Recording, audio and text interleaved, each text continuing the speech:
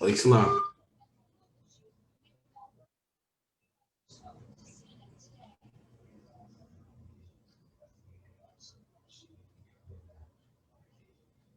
Assalamu alaikum.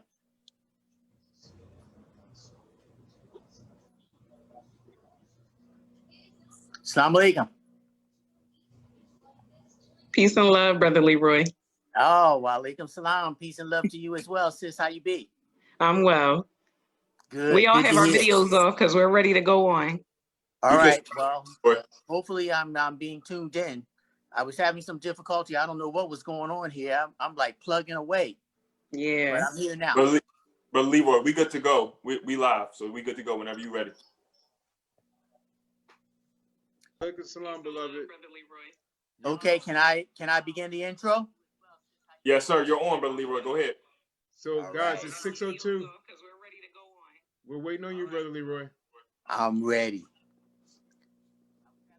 Brothers and sisters, ladies and gentlemen, friends and foes. Brother Leroy, you can begin.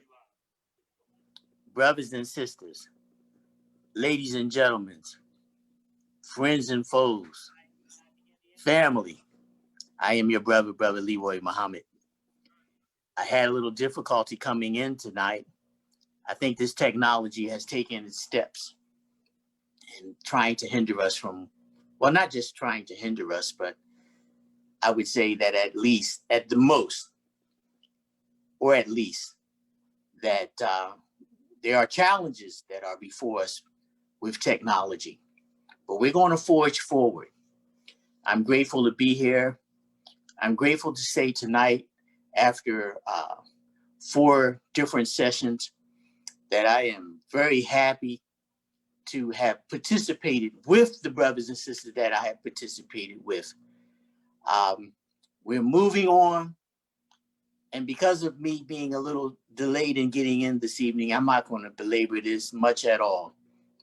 But I will say, I want to thank all of you, all of the participants, no matter what way you put your hands to the 10,000 fearless. I want to thank you for participating with the 10,000 fearless. I want to ask you to continue to support the efforts of the Honorable Minister Louis Farrakhan, the Nation of Islam, and the 10,000 fearless. Special thoughts and special thanks to our brother Abdul Sharif Muhammad, who came up with the idea and presented it to the Honorable Minister Louis Farrakhan for us to go forward. So without much delay at all, I want to get right to our brother, the one I call the Jabrilliant one, our brother Jabril Muhammad. Let's get this thing on. Thank you very much. Thanks for being here. Peace and blessings. Assalamu alaikum. Wa alaikum salam, sir. Thank you so much, Brother Leroy, for that wonderful introduction. Glad and happy you were able to overcome technological difficulties and be here with us. Assalamu alaikum, family. For those unfamiliar with those words, they simply mean peace be unto you. And who could say in a time like this, where so much disarray and anger and frustration is going on, that the Black man and woman and really the entire human family is not in need of just that, peace. On behalf of myself and the panelists, I'd like to thank Brother Leroy Muhammad and Brother Anthony Muhammad, the chair and co-chair of the 10,000 Fearless in Philadelphia, for organizing this, being at the head of this initiative, and bringing us all together for a wonderful slew of topics. My name is Brother Jabril Muhammad, your beloved brother and servant, also known as Jabrilliant Engineer, proud member of the Nation of Islam, Muhammad Mosque number 12 here in Philadelphia, under the esteemed leadership of Delaware Valley Regional Minister, Brother Rodney Muhammad. Furthermore, I'm also the co-host of the STEM Files podcast, the voice of STEM talent in Black culture, director of engineering for Original Man Scientific, a research and development company geared towards delivering the advantages of R&D to your community. And last but certainly not least, your humble host for tonight's sessions, which is the 5th in a slew of great topics. First, we had violence averted, accepting a new paradigm. Where do we go from here? Second, we had trauma, the walking time bomb. Third, we had self-governance, self-policing, a community rebuilt. Fourth was the valence of violence, a false veil, creating a destructive reality. And now, last but not least, we have A House Divided, Toxic Love, Domestic Violence, Healing the Black Heart. Family, what do those terms mean to you? Tonight, I want you to think about those terms. Think about that title as we move to unpack it. Not myself, but our illustrious panelists that we have on tonight's session. So without further ado, I'm gonna stop talking. I'm gonna have our panelists unmute themselves and come on so we can see their beautiful faces and we can continue on with tonight's program.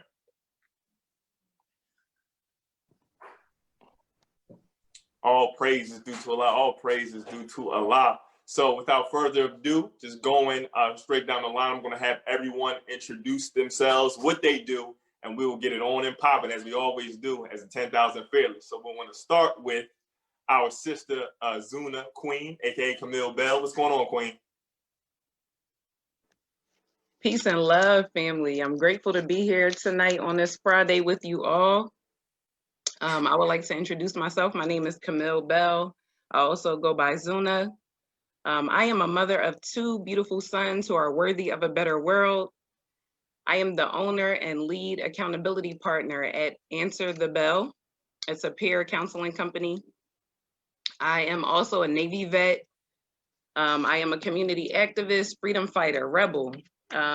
And I usually participate heavily at the North Philadelphia Peace Park, so you can definitely catch me out over there. Thank you so much, Queen. Big brother Gabe, what's going on, beloved? Peace, brother Jabril. It's always good seeing you, family, and good seeing our colleagues here on this panel. Brother Gabe Bryant. I'm a Pan-Africanist, a revolutionary. I work with several organizations, primarily right now, the Black Philly Radical Collective. But really, my goals and my work are around mass incarceration, youth, Black men and boys, and figuring out a way out of the condition that we find ourselves in. Thank you very much. You're welcome, sir. Thank you. Moving up to my fellow member of the Fruit of Islam and engineer, mechanical engineer to be exact, brother Dante. What's going on, beloved? Peace. Good evening, family. Peace. How you doing? My name is Brother Dante. Like Brother Jabril just mentioned, Fruit of Islam, part of the Nation of Islam. I'm a graduate of North Carolina University, the best HBCU in the nation, where I majored in mechanical engineering.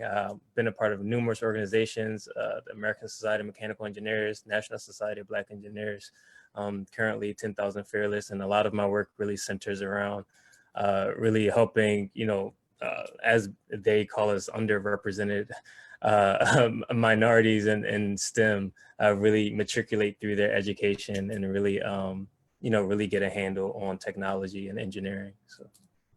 Awesome. Thank you so much, sir. Moving over to another member of the Fruit of Islam, big brother, mentor, and fellow member of the ministry class, the mighty ministry class, and Muhammad Muslim 12, brother Laman Muhammad. Assalamu alaikum, sir. How are you? Wa alaikum salam. How are you, beloved brother? All well. All praises due to Allah. Yes, brother Laman Muhammad, lifelong educator in this Delaware Valley region, community activist, student in the ministry, mentor. Love to see myself as that guy that's always in the trenches, willing to go any and everywhere to deliver our people with the word of God, and just being there as a solid object for our people. And I'm elated to have all these, be back on here with all of these beautiful people. Me and Brother Gabe go back to Sankofa. He had a little circle over at Temple University, and we'll proudly participate in that with him. So just lifelong educated community activist, wherever I'm needed, in the trenches, I fill in.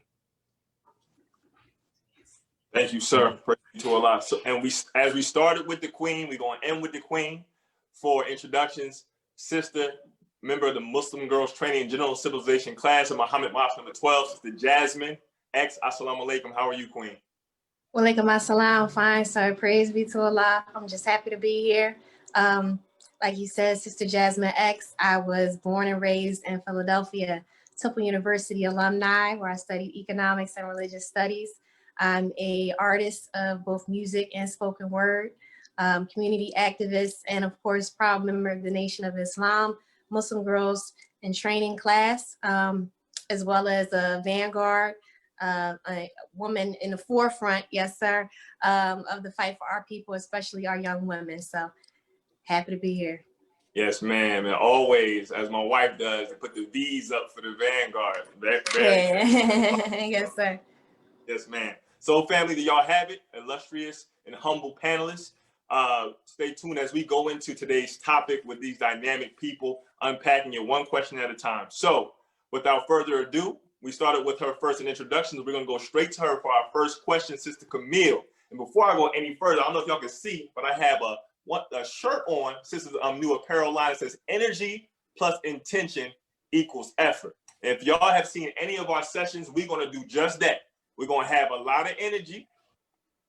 Our intention is to unpack today's topic and be able to build, and then we're going to give y'all a hella effort. So we expect that in return. So without further ado, for Sister Camille, for our first question, we have, what are the root causes of relationship issues within the Black community? How have these issues led to domestic violence in the Black community? So I really want to just, I like to give my answers and make them short and sweet. I'm a very direct and straightforward person, right? So I got to give the heavy right off the top. For me, as I was thinking about what the root, when we're talking about really getting to the root of an issue and things that need to be addressed, I would have to say that I believe the root causes of our relationship issues are, one, systematic, right? But they're systematic in the way of oppression, right? We are an oppressed people, okay? So we're experiencing systematic poverty, subpar education at the root, right? At the root, when we talk about the root, subpar education, which gives us not accurate history of ourselves as a people on this planet, right? So that leads us to lacking knowledge of self, right? When we talk about, I want to sum that all up with giving a quote, right, from the brother. His name is Neely Fuller. He is a sociologist and author, a great man. Please look him up if you're not familiar. Neely Fuller Jr. His quote says, "If you don't understand white supremacy, racism, what it is and how it works, everything else that you understand will confuse you." So with that being said, if we're talking about being an oppressed people, because we're oppressed by a system of racism, oppression actually means to cause someone distress, to cause anxiety, to bring about discomfort. That is oppression. That is the actual definition of being oppressed. So if we talk about stress, right, just having chronic levels, compounded levels of stress in our lives as the people that we are on this planet, in our community, as Black African people in this world, right? Having compounded stress and living with that stress every day, then that's going to lead, one, a very common symptom of stress is irritability, right? So when we think about being irritable and we have these levels of compounded stress, that will lead to other health issues, right? So that's what's really at the root of things for the issues in our relationship, right? And in the way of leading to domestic violence that we see in our community, in our family sometimes, that's coming from a place of that oppression, right? That compound stress. If you within yourself don't know really who you are, where you're from, you have a broken family possibly, you feel alone, right? You might get into a situation where you just feel like you want to lash out at people because you're angry and maybe you don't even know why. You don't understand the root for why you're upset, right? So those are the things that compound and create these situations where we have domestic violence in our homes. that creates the situations, those levels of stress create the mental health issues that we deal with on a regular basis. That for a long time went along as a stigma, you know, and nobody's wanting to talk about being depressed because we're constantly in poverty or having some type of financial issue, right? Or constantly being stressed because you're trying to figure out how you're going to get food in the house. You know what I mean? How you're going to make sure that you have hot water in your house. Very basic things, right? If you have to deal with that on a regular basis, your basic needs, the necessities to life, then I think that you can see how things can progress. You know what I mean? So I think that we really have to get in a way of thinking about our mental health overall as a community. There's so much. I'm going to a few topics or key themes you spoke about. Talked about knowledge of self. You talked about stress. You talked about mental health.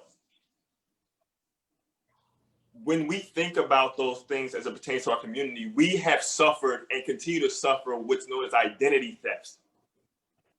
When you, or let me say it like this. If we were to encounter a poisonous snake in nature, right? Most of us, unless we suffer some chemical imbalance, would do our best to stay a certain distance. Why? Because we are very aware of the identity of that creature and what it can do in terms of harm to us. Thereby, we know that we are greater than that, but we're not stupid, right? We know how to properly relate to what is present in that particular situation and use our environment to be able to be successful and continue to be safe and secure. I want to segue to Brother Lamont, and I want to do so after saying this. In the Nation of Islam, we're taught that we have been given root knowledge. The Honorable Elijah Muhammad also gave us a prayer that we're to say 7 times a day. It's our refuge prayer, and it goes like this. Oh Allah, I seek thy refuge from anxiety and grief. I seek thy refuge from lack of strength and laziness. I seek thy refuge from cowardice and niggardliness. I seek thy refuge from being overpowered by debt and the oppression of men. O Allah, suffice thou me with what is lawful and keep me away from what is prohibited. And with thy grace, make me free of want of what is beside thee. On that point, I want to segue to Brother Lamont, and you can add further value based on what I just said or just what Sister Zuna said on that point, beloved. Well, beloved brother, as I was listening to the Queen talk and elaborate very beautifully on the root causes, it made me reflect on a lot of our root causes in life are based on the decisions that we make. And the root cause of a lot of our bad relationships is based on bad decisions that we've made based on fearful of being lonely. And a lot of times when you and I are lonely and we feel abandoned, we begin to settle for things in our life. And I would say this, that the Honorable Minister Louis Farrakhan and the Honorable Elijah Muhammad teach us that we must know the nature of the man and the woman. See, if the sisters who was a serious creation of God, and that's why it's so important to understand the value of a woman.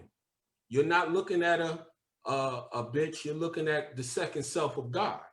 And when you understand that she is a queen, then you have a duty and an obligation to maintain that queen. The Holy Quran says men are maintainers of women. That's big, man. For God to give us the duty and the responsibility to maintain a serious creation of God. So you and I can't maintain a woman that we don't have knowledge. We can't maintain a woman we don't have wisdom. You and I can't maintain a woman that we're not connected to God. And because she's the second self of God, she's always looking for God in you and I.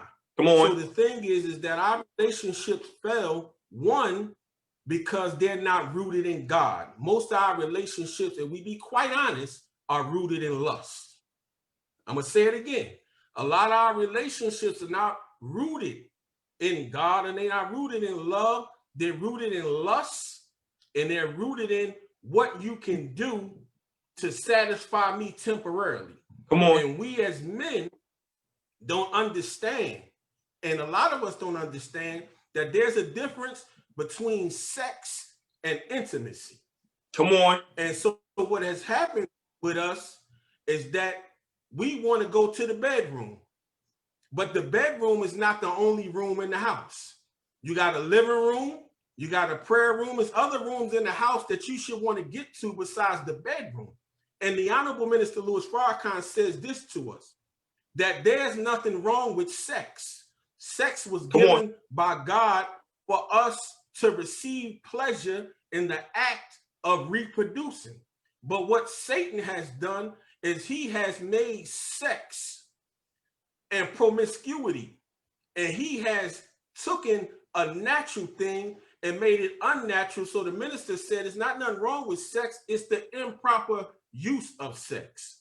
So now, because we have been under freaks for the last 6,000 years, the enemy have made us into freaks. Come on. So now the ones that sleep with animals, the ones that sleep with little boys, the ones that sleeping with a 10-month-old, here's a man, in closing, a football coach slept with a 10-month-old child.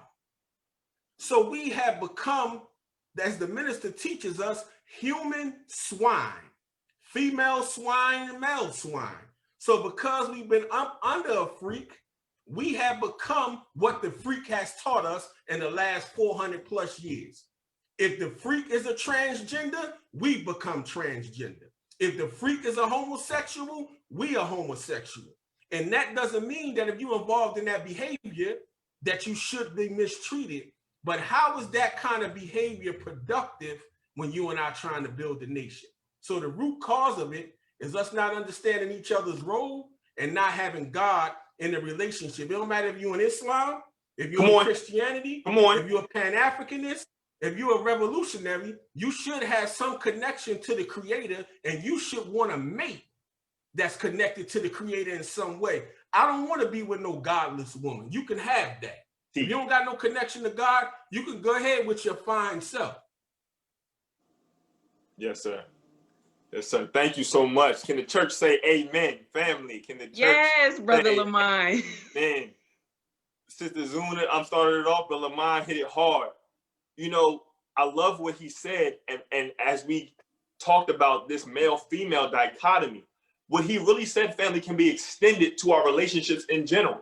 The stress imposed of us, if you talk about post-traumatic slave syndrome, if you talk about the studies, some of the studies done where they've equated the mind of a Black man or woman in America almost like they're in a war zone, it's hard for you to see yourself properly or your mirror image in your son, daughter, aunt, uncle, friend, colleague, or whatever in the proper focus if you're constantly under stress. So your disconnection from your source of strength, whatever you call He, Yahweh, Allah, Most High, Supreme Intelligence, whatever you call it, your disconnection from that which gave you life, this allows you to see yourself properly, and then you're doomed in your relationships from then on. Right?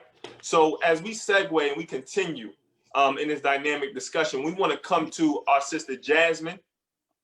And I want to ask, is the need for acceptance that great that it allows for toxic relationships? And what then is that? Yes, sir. Well, first of all, I just want to say the mere need or act of wanting to be accepted by others usually comes at the expense of yourself and usually comes at the compromise of who you really are. And so when you think about just that, it kind of gets to really going into the second part of the question of what is the root cause of that problem. And I feel as if it really comes down to a self-identity issue, right? And so for women in particular, and when I say women, really, I mean all women, not even just Black women, women of all different races and different backgrounds. A lot of the time, our identity as women is tied to our relationships with men, right? And it's tied to being able to get a man and being able to keep a man. A lot of the time, whether that man is good to you, whether he's faithful to you, and whether or not he's abusing you. And so for Black women in particular, there's even more reinforcement to have this ideal of your identity being tied to a man that's not good for you.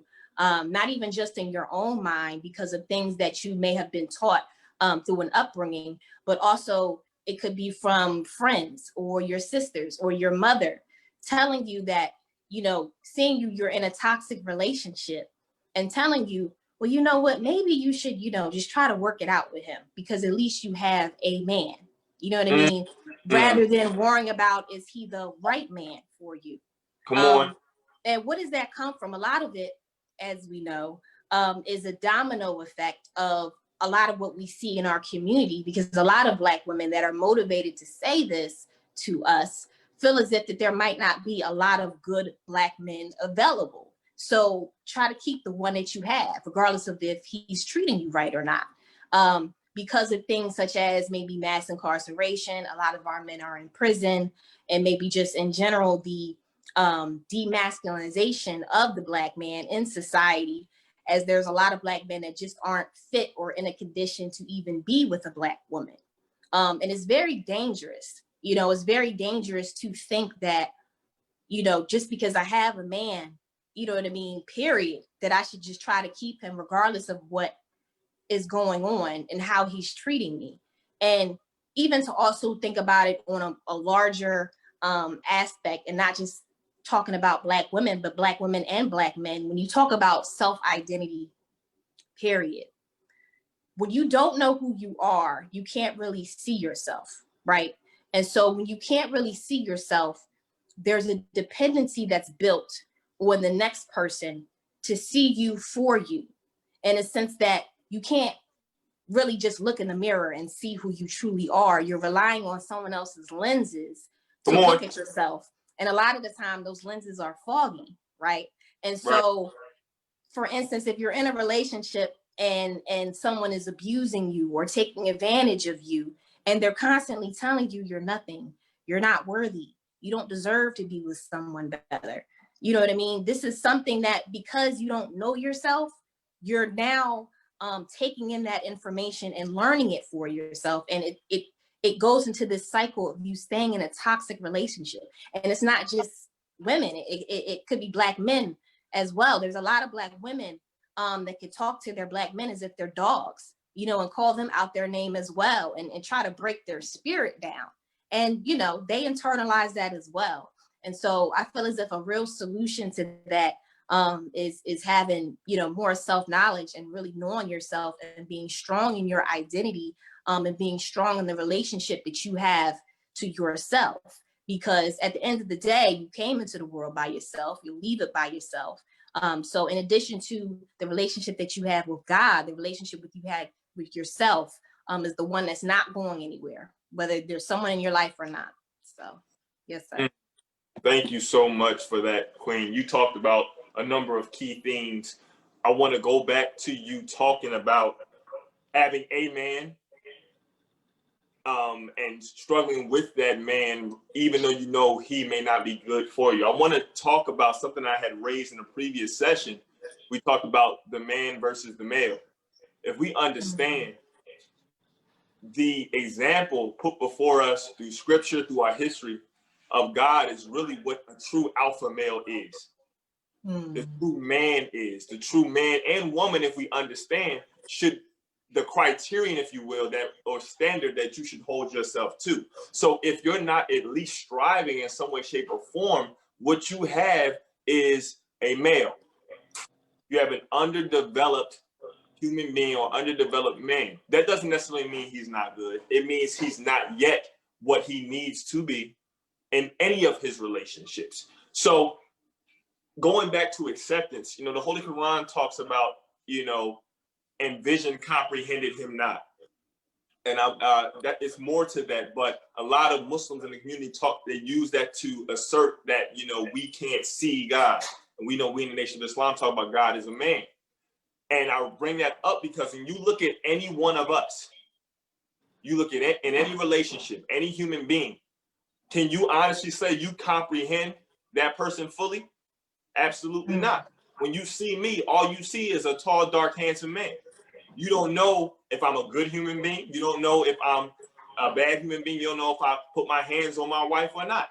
So when we talk about acceptance, it's not so bad to be accepted, but are we trying to be accepted for something that is not in accord with who we really are?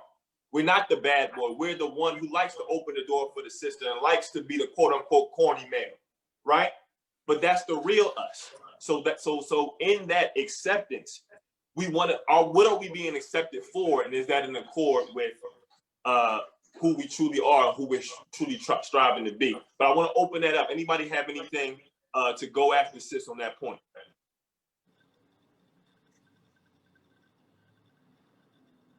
Anyone? Yes. Go ahead, Tay. I wanted to brief. Yeah, and you know, being in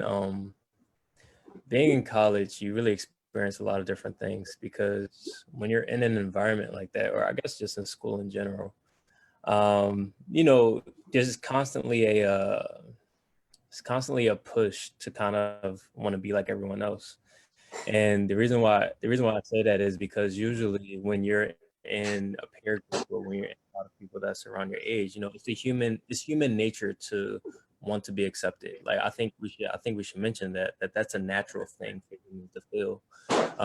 It's very natural for humans to find a sense of community. It's very natural for humans to seek people who are like themselves. It's very natural for human beings to want to be around people. You know, if we talk about, you know, God, and, you know, in the Nation of Islam, in our theology, we talk about the creation of the first.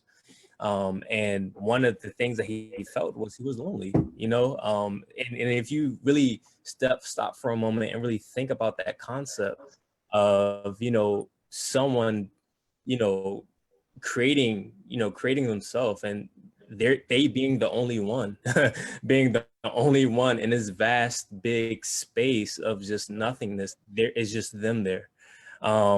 You know, so he was so lonely that, you know, we're taught that he looked within himself and he's seen a second self, and this is where the woman comes from. So, you know, so that's a very natural thing for human beings to want to have a companion, for human beings to want to be in an area. Now, the problem comes in that is when said community or said group of people are not living up to their natural role. I think we mentioned a little bit earlier, Brother Lamont mentioned the nature of the man and a woman. The problem comes in as where these group of people, or this community of people, aren't living up to their natural role.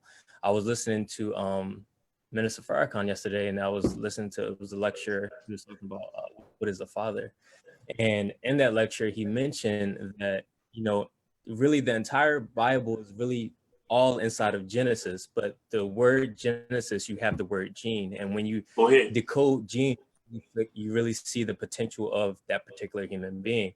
So it's the same thing with that book. Genesis being the first chapter of the book, he said the entire Bible is really wrapped up in the Genesis. All you really have to do is learn how to decode it. So, you know, kind of, you know, going off of that, if we don't understand how to bring out our natural self, or if we don't have the knowledge to bring out our natural self, then we're going to act other than self. And then when you have a whole lot of people acting other than self, getting together and forming different communities, then you have a community that is acting other than self. And then when someone is born into that community and they're raised in that community, then they're looking at people who are doing other than self.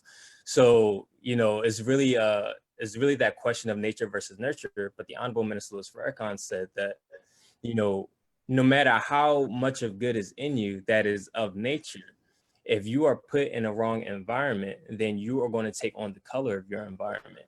And this is true. This is true in any situation. If you look at a lion who was raised inside of a zoo, he's not going to take on his natural state, which is to, you know, out in the wild hunting. He's going to take on the characteristics of the lion who has been in the zoo, who waits to be fed, and, you know, who eats 3 times a day, or who does tricks, or who sleeps and do all these different things. It's not that, you know, he doesn't have the nature of a lion. He still does, but he's just been raised in this particular environment. And that has colored him in a particular way. So I just kind of wanted to throw that out there that, you know, our environments are very key, and environments are made up of a collection of people. And if going back to self-development, if those collection of people don't develop themselves individually, then we cannot have a successful community. And those that are born in the community and raised in the community are going to want to take on the qualities of said community. So at the end of the day, it still goes back with self and developing self so that we can have better communities. Broken down like a true engineer. Praise be to Allah. Thank you so much, Dante, for bringing that to us. I saw you before you unmuted yourself, Brother Gabe. I was already coming to you, whether you wanted me to or not. Go ahead. And I really want to thank the family. You know, it's been a rough week. Yes, sir. Yes, sir. And I want to open with that because, you know, as I think about our dear beloved brother in West Philadelphia who was killed. Yes. Go ahead. Go ahead. Walter Wallace Jr., 61st and Locust. He is a man who just got married 3 weeks ago. He is a man whose wife induced pregnancy yesterday due to the pain and grief, wanted to assure that she could bring forth this child healthily. And when I saw his sons on television talking about their daddy and what he meant to them, it made me think about tonight's conversation, man. And that's why I'm so full already with the commentary from my peers, because when we make it right, the enemy still finds its way to cause chaos. You know, you talked a lot earlier, I think it was Sister Zuna, about the challenges and the root causes. I want to bring up a number that's really at the root of why we need to look at this thing. 76 trillion. 76 trillion. Now, my elders taught me that that's the date, or how old is the original man and woman. A number that was given to me by the elders told me 76 trillion. A small man, 1930, I believe told that information. If that's the case, we have to think about what type of devilishment and evil happens in the last 400 to 6,000 years that can actually disrupt 76 trillion years of existence. Come on. I mean, swallow that for a little bit, because I've been thinking about that for a long time. Like, we really got to process what type of mental and spiritual interruption is potent enough to impact that period of time. And when you realize and come to the conclusion that we're not dealing with any ordinary enemy, then we realize that we have to come with not any ordinary army to combat it. And I'll close with this by saying, I remember hearing Honorable Minister Louis Farrakhan talk about the fact that we are out of our minds living right now. And today's conversation, hearing the brilliance of what Sister Jasmine just broke down, I have no other cause but to think, what happens to a people who are not only out of their minds, but out of their hearts? Come on. What does that mean for people? To be out of your heart, man. I'm hurting today, man. I'm gonna just be all the way transparent. What happens to a people that is out of their heart? We talk about the mind often. And so we're talking about domestic violence. This is so much deeper than domestic violence. Right. We're talking about spiritual violence. We're talking about human violence. We're talking about the Black man's violence. We're talking about the Black women's violence. We're talking about the original people of the planet Earth having their total very existence disrupted, broken down from the paradise that they had. And so for me, dear family, I must only arrive at it with that regard if I can only go anywhere else in this conversation. That's where I'm at. That's where I'm kind of sitting with as I think about our calls for the next steps. Thank you. You're very welcome. Again, can the church say amen? Listen, thank you so much for being candid, beloved. I promised y'all on my several posts earlier today that this was going to be candid, we're going to be open, it's going to be dynamic. It was going to be real. You know, we're not on here to just pontificate and talk for the sake of talking. You know, these are real topics, real conversations that need to be had, then met with action, right? To be able to do what it is that we need to do. Going back to the shirt, right? What does it say? Energy plus intention equals effort, right? We told you we're going to be right in line with that equation as master scientists should. So I do want to go on the point that Brother Gabe made on the 76 trillion years. Before I make some shout outs, we have some dedicated listeners or watchers, excuse me, and we have a question. But Lamont, was there something that you wanted to say to Brother Gabe's point? I will elaborate on it and thank Brother Gabe, man, and all the great work, you know, that he does, man. It's you know, seeing our brother get gunned down like that, you know, it always poses the question to you, who's next? You know, is it your uncle? Is it your nephew? Is it your niece? You know, who's next? And the thing is that this thing about mental health is so deep that we tend to brush it up under the rug like we do all other things in our family infrastructure. The rape, the incest, you know. So a lot of this stuff that we're participating in is learned behavior. Because if I grow up in a home and I seen, which I never saw, see my father abuse my mother, then deep down on a cellular level, once I get into a relationship, I believe that that's the normal behavior to participate in.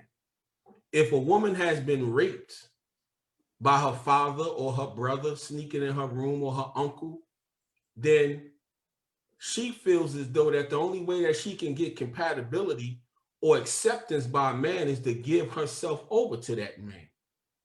And the biggest mistake that a woman could make is to think that she's going to keep a man based on sex. And because we have been reduced and our manhood has been neutralized, then we become beast in human form. And the only way we can get back to that original state is that we have a class, a manhood training class, a womanhood training class. And some of our ego is so big that we don't think we need a class. Just think about what Brother Gabe said. The original man has been here for 76 trillion years. And within a 6,000 year period, this man has turned us upside down and inside out, man, and turned us to complete savages. Where you're asleep with your daughter. Just think of that. You're asleep with a 10-month-old child. So the thing is that we need to be reorientated into our original state. And that's why separation, and I read something that the Honorable Elijah Muhammad said, hell, if you don't want to separate from the enemy with this 8 to 10 states that are fertily and mentally rich with an outlet to the sea, then you can stay here with the enemy. But at some point, we're going to need our own separate territory so we can get the hell away from these savage, freakish people. Because this thing is being passed down to our children now. And these people are so wicked that they're trying to say that it's okay and legal to sleep with 3-year-old children. This is the type of wickedness that's going on in our society. So I would say that this mental health issue, the trauma of seeing another Black man gunned down, the irresponsibility of the Philadelphia Police Department.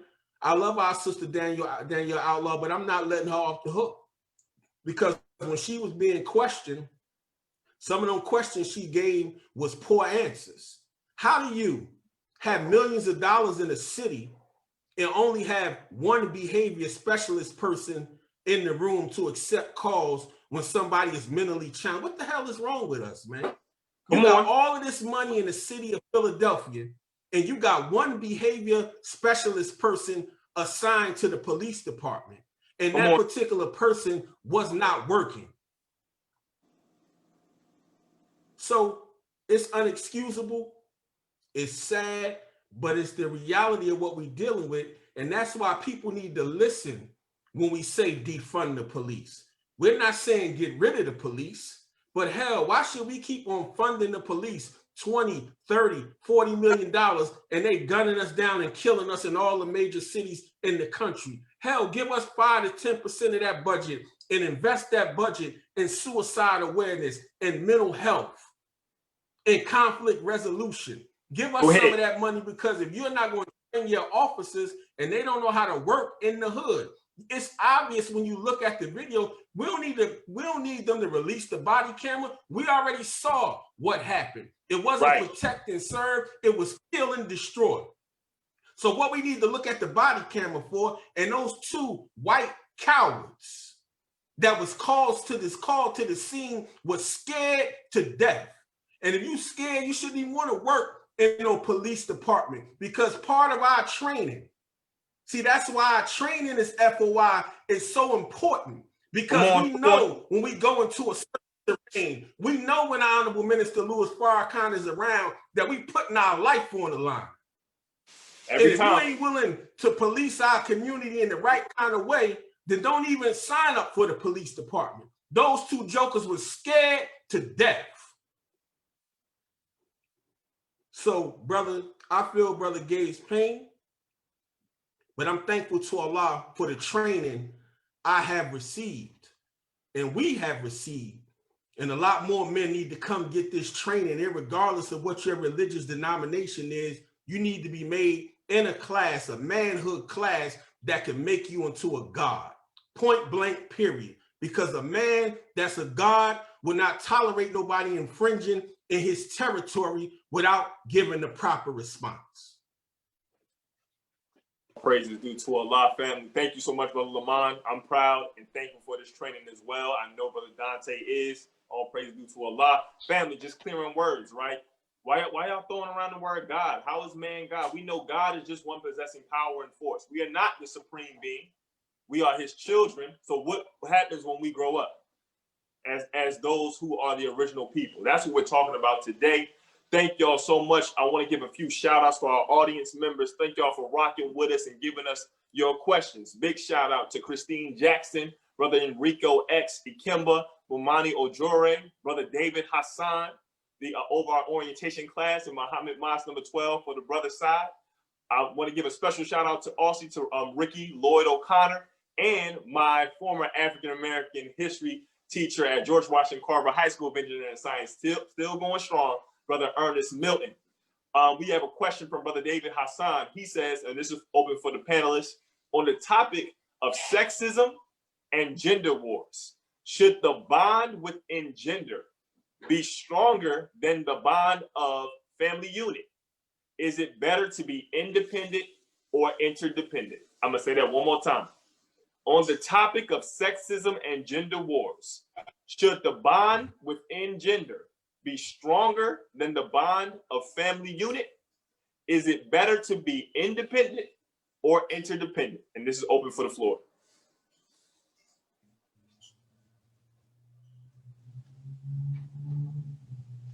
All right, I definitely have something to say to that.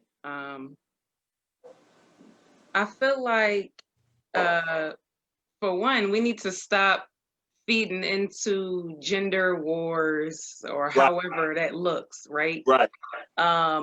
There is no war between us. There is no war. I think that we could absolutely do things to strengthen our relationship and our bonds at this point.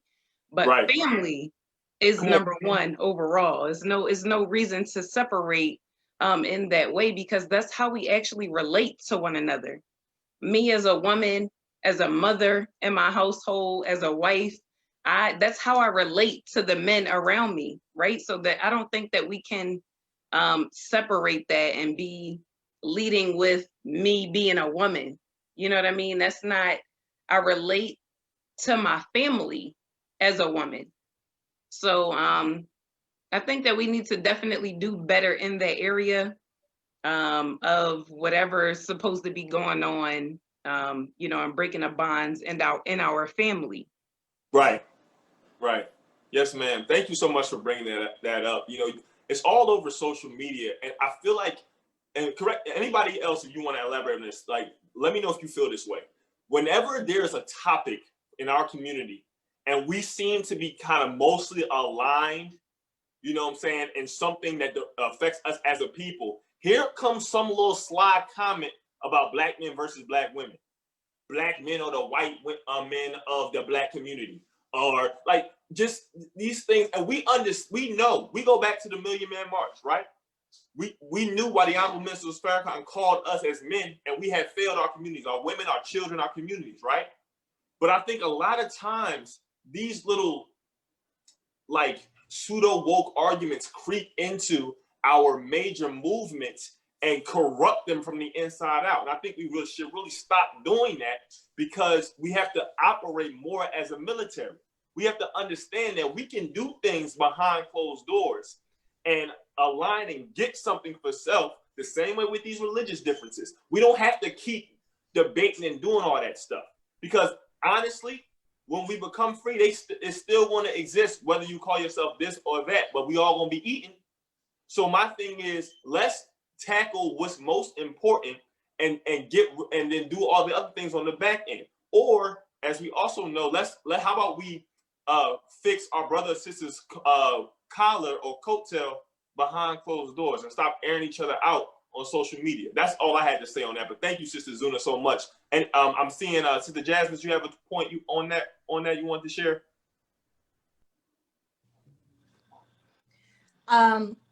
No, I mean, it was just a really quick thought to kind of go with that, because you know, I wholeheartedly agree. I mean, even just the term of saying gender wars is toxic. There are no gender wars, right? There is no you know what it really makes me think of? It just made me think of feminism and the beginnings of feminism, and truly non-intersectional feminism, of where a movement that started because white women felt oppressed by their white men. And so in turn, feminism kind of being forced onto us in a sense of, okay, well, because we're at war, you must be at war with your man. Go ahead. And that wasn't the case. And you have modern day feminists that look back on history and paint certain Black women in history as feminists when they weren't with the movement. You know what I mean? And so I just think it's just an important point to like really think about the fact, in a sense, that we have always been on the same team, even sometimes when we don't realize it. To paint this picture of the fact that we're at war with each other is just toxic. And that's all I wanted to add. Thank you so much, Jazz. Like you said, and going right to Brother Gabe and then Brother Dante, you mentioned how we weren't even as Black men in a position to do to our women what white men was doing to their women. So how do we get looped into this? And that's the trick, because as you're coming up and coming together, here goes another rock to go into the situation to keep us at odds, or another way to agitate, the washing machine. So thank you so much, Brother Gabe and Brother Dante. Yeah, from a political standpoint, I used to always say, that the media operates like the fourth branch of the government.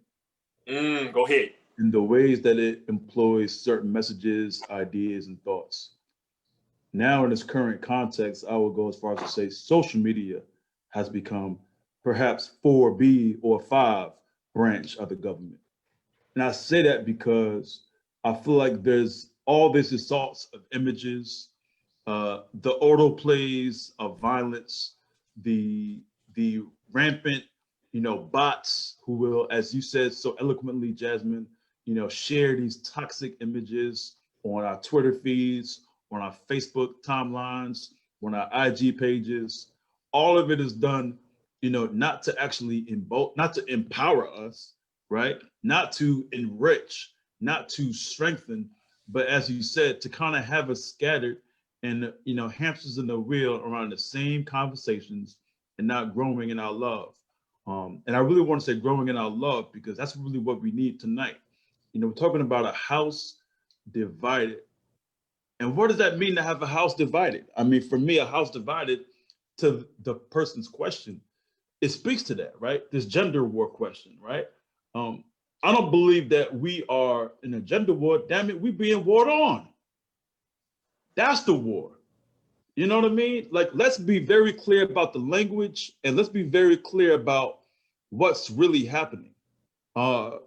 Because that impacts our ability to love one another, both platonically, both in romantic love, and of course in domestic violence. I'll close with this one. There's a brother, right, who I've known for some years.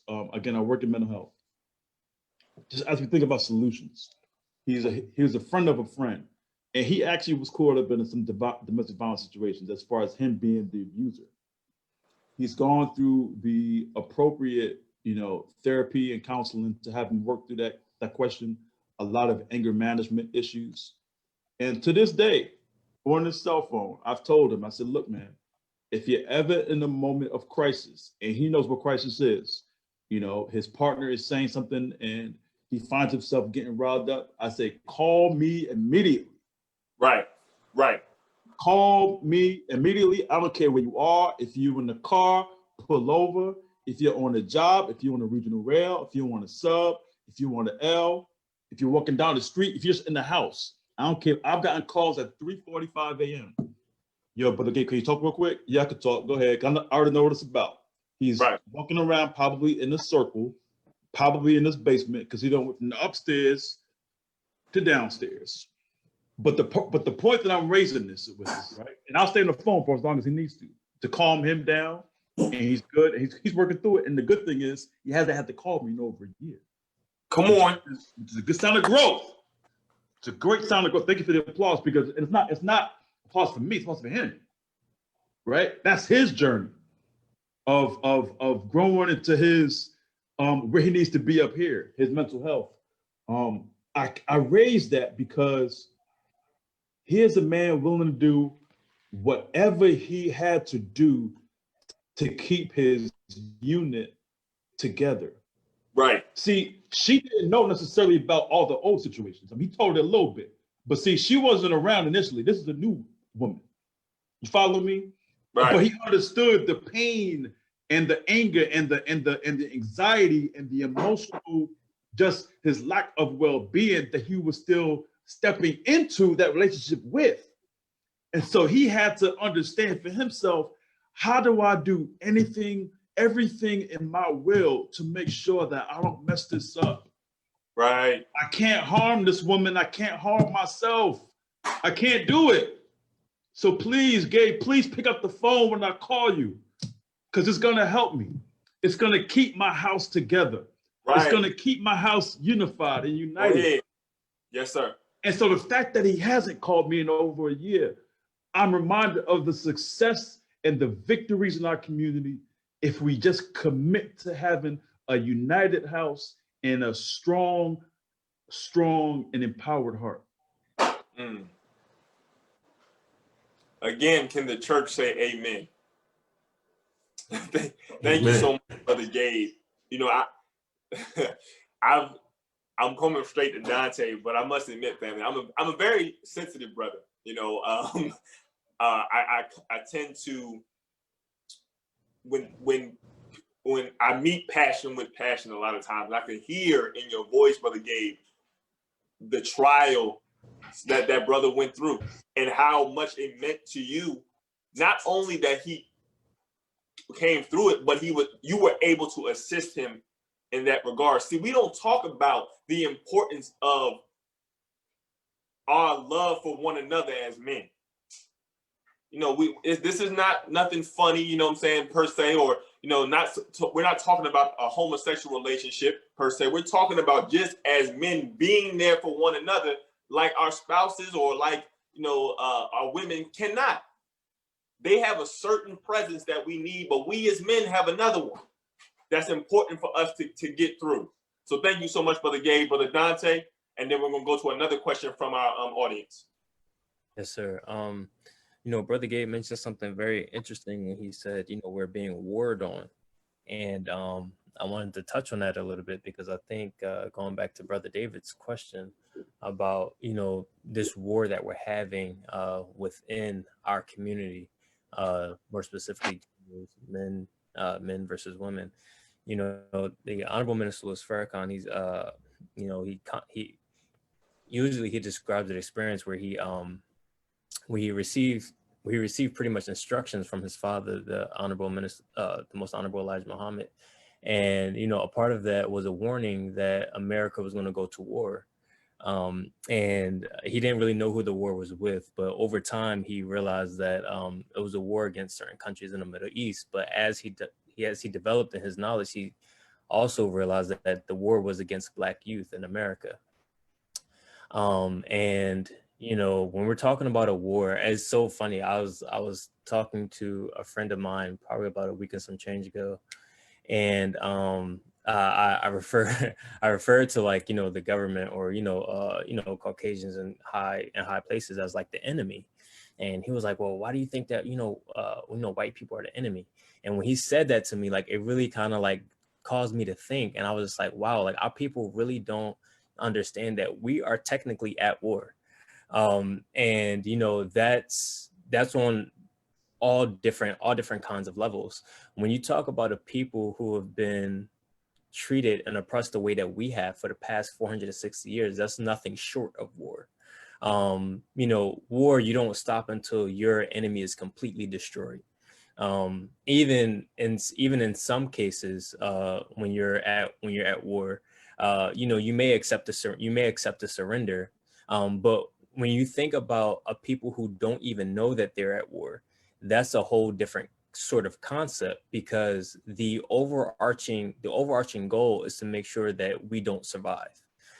So it goes from war to technically genocide, and that's really what these plans at the highest levels of government is. It's really genocide of the Black seed, of the Black man, of the Black family.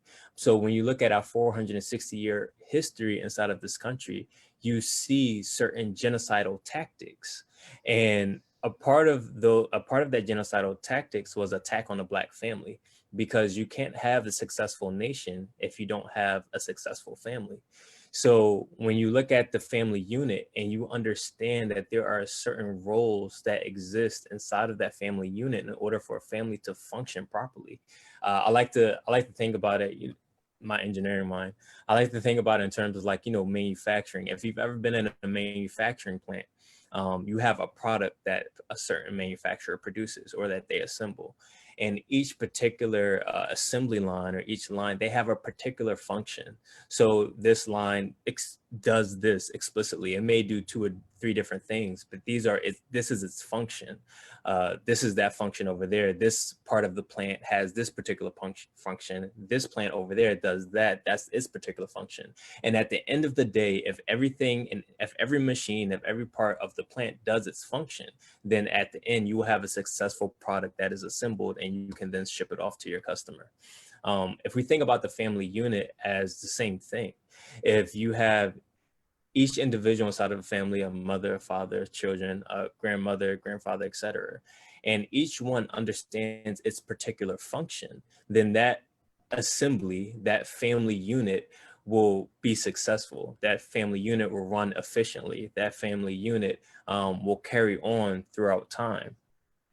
So when you have people inside of this unit who don't understand their function and who are constantly trying to take on each other's function, or the functions are reversed, or they're not sure what their function is, then you have, just like the assembly plant, you will have things running into each other. Because if I have 2 machines that are trying to do the other 2 machines' job, is not going to work, because have a whole bunch of problems, and then as the engineer or the technician or whatever, you have to go in and figure out, why isn't this machine running properly? Why isn't this machine doing what it's supposed to do? Why isn't it doing its function?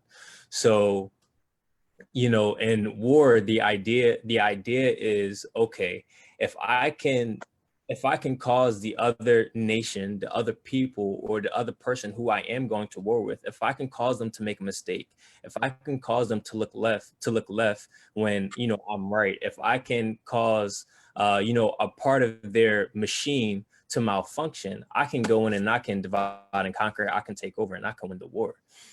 So what we don't understand as a people is that we don't understand that these tactics are being operated on us on a daily basis. Literally 24 hours a day, these tactics are being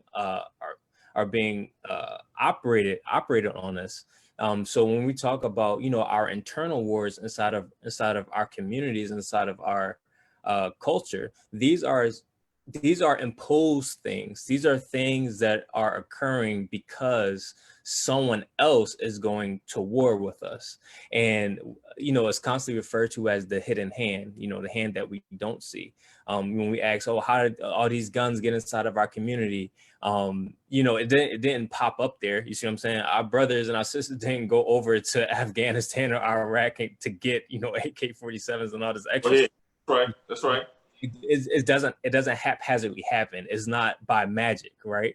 For every real effect, there's a real cause behind it. So understanding that we're at war and understanding the particular tactics that are being used on us is a really important part of this equation, because if we don't think that we are being warred on, if we don't think that there are certain tactics and certain maneuvers that are being operated on us to make sure that we aren't functioning properly, then we're going to think that there's something inherently wrong with us. We're going to think that there's something that's, you know, naturally wrong with, you know, what we're doing as, you know, just Black people in general in the community.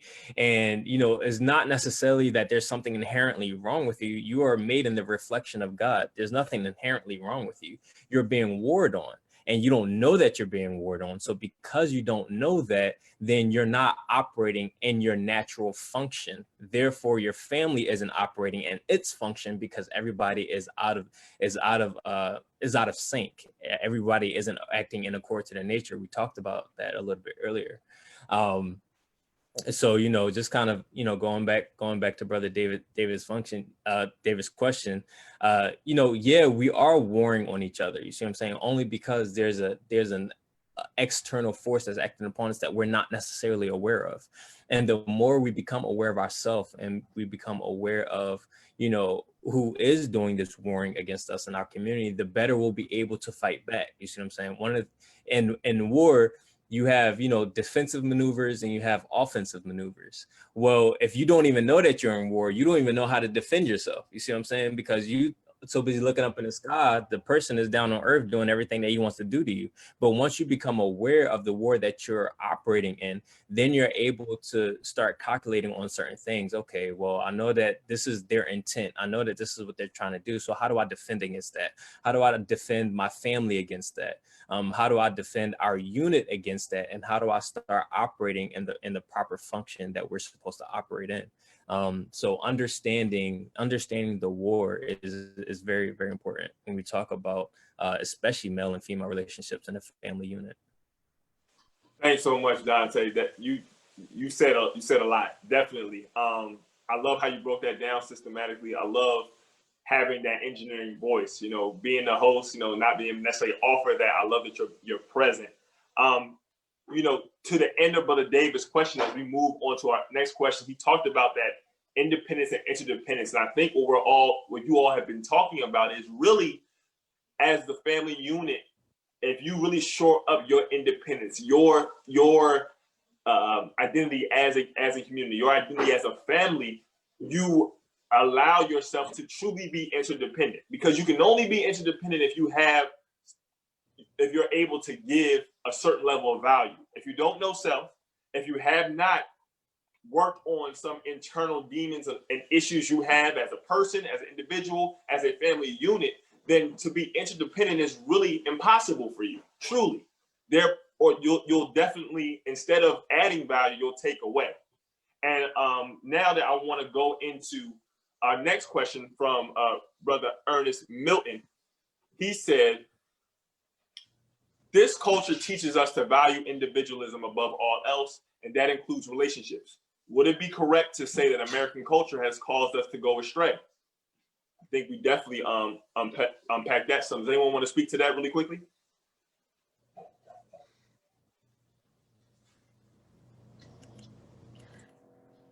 I just have a quick comment, and I don't know if this is going to directly answer that question, but I feel as if being an independent woman is something that's put on Black women more than it's put on any other woman.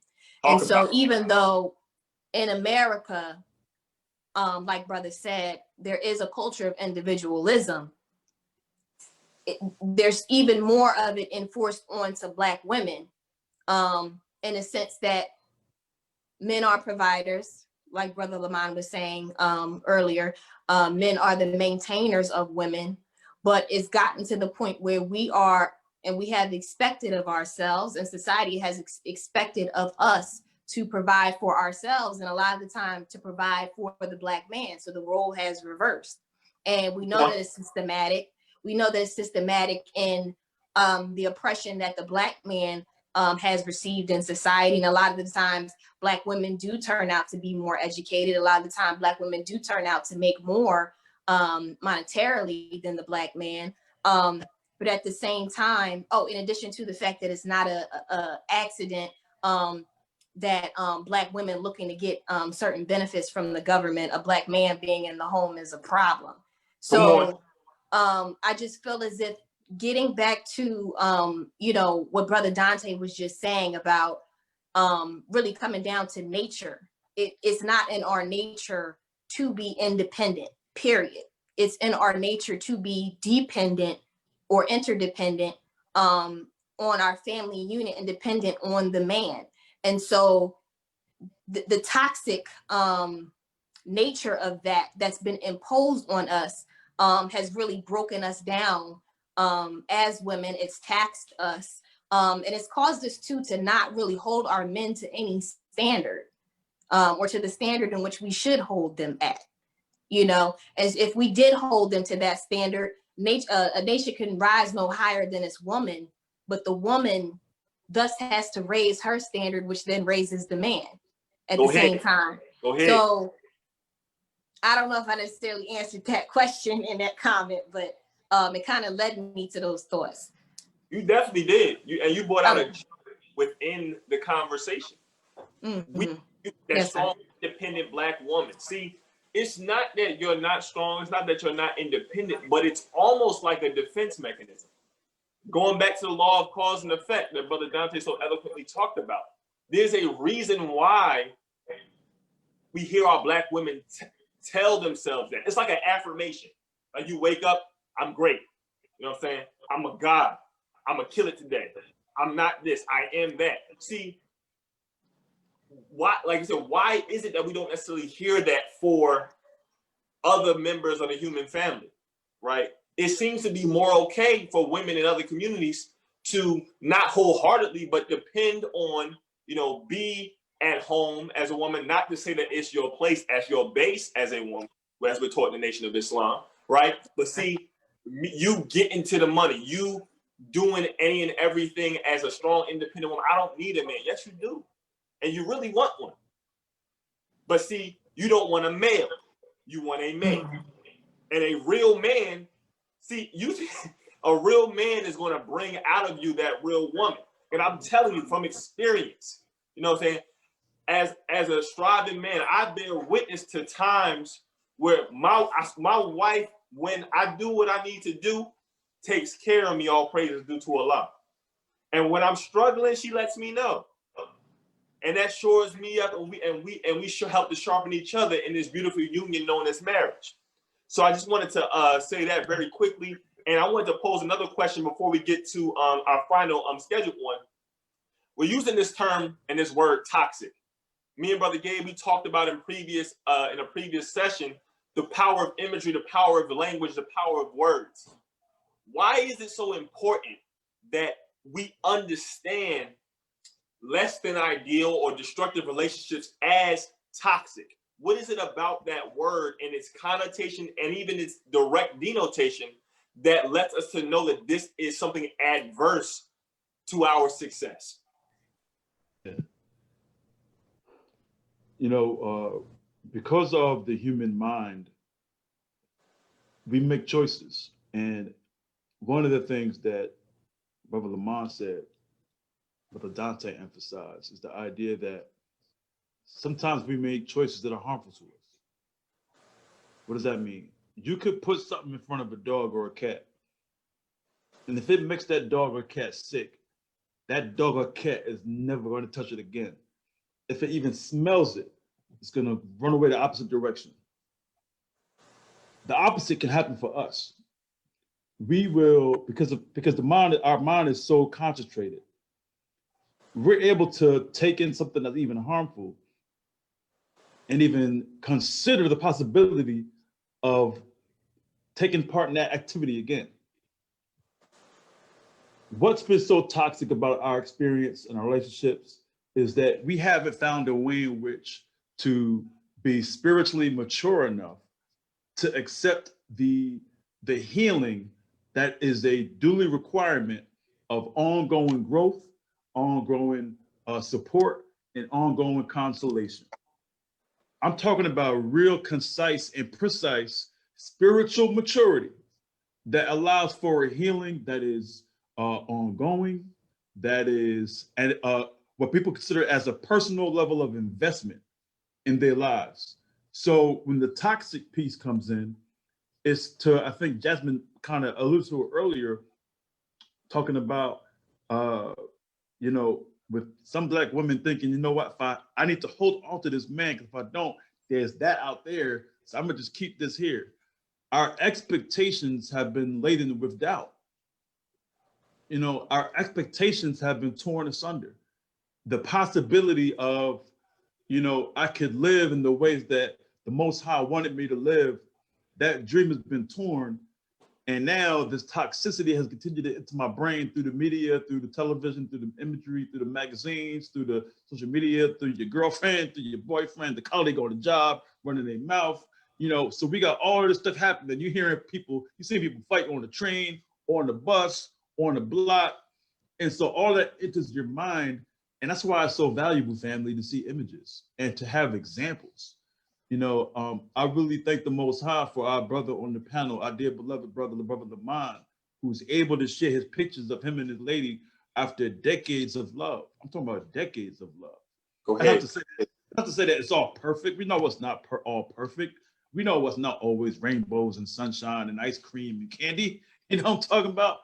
But we also understand the work that it takes and required for that healing, so that we know that when we are all individually at our low points, we can exist. I'm gonna close with this, Brother Jabril. Yes, I'm sir. gonna read a definition to you. Thank you. Opposite. Having a position on the other or further side of something. Facing something, especially something of the different type.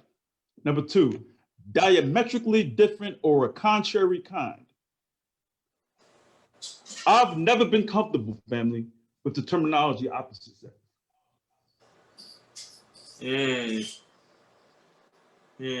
She's not my opposite. See, I'm going deeper than just the biology equation of the way the Eurocentric mind operates. See, the Black woman is my supplement, right? We're working together to enhance each other. But see, this is not a situation where it's I'm Black and she's white, I'm night and she's day. No, we both coming up. We just both stars in the sky. She's that star, I'm that star. We both in the sky together. Go ahead. Go You see what I'm ahead. saying? We're not to your point about, I'm getting to your point about words and language being powerful. Yes, sir. The concept of opposite sex is rooted in this binary existence, which is a very Eurocentric paradigm of it's either this or that, not knowing that African spirituality exists in the gray. And so she can't be my opposite. You follow me on that? Spiritually, we are so in sync due to our melanin, our history, our experience, our nature, our genotype, our phenotype, our investment as the inception of the planet Earth and the universe and the cosmos. It is an impossibility for the Black woman in America and around the world to be my opposite. Thank you so much, beloved. Really quickly, and I'm coming straight to Brother Dante, who's going to take us further. You said that so beautifully, and what I gather from it is what you're really saying, we're two independent expressions of the same supreme being.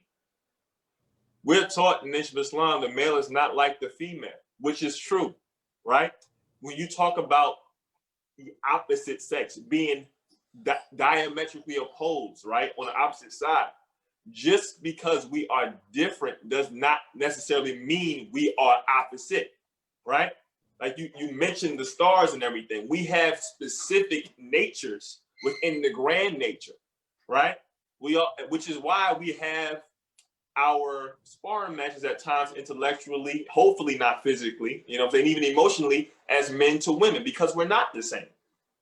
But our ability to understand and then cherish and uplift those distinctions among us will allow us to move forward, which is why when people say, I don't see color, see, that's a travesty. Because to not see colors, to not see some aspect of the uniqueness that makes me you and I. It's not that you should seek to not see it, is you should seek to understand the definition, the meaning, the very essence of that which makes you different, and thereby appreciate that. Yes. And then desire to get to know me and yourself better. And that's the point. See, we dig the science of the sun, moon, and star. We understand that. Right. But the point that you raised is the critical part. See, difference doesn't mean opposite. You see that? Difference is not opposite. And that's why I'm trying to hone in on, family. Like, we can be different. We are different. Let's be very clear. But is she my opposite? Am I the opposite of you, sister? I'm not your opposite now. I'm not your opposite. See, now I can show you a man who's your opposite. Right. Go ahead. Huh? I can show you a man who's your opposite. All right? But it's not this black man here sitting in front of you.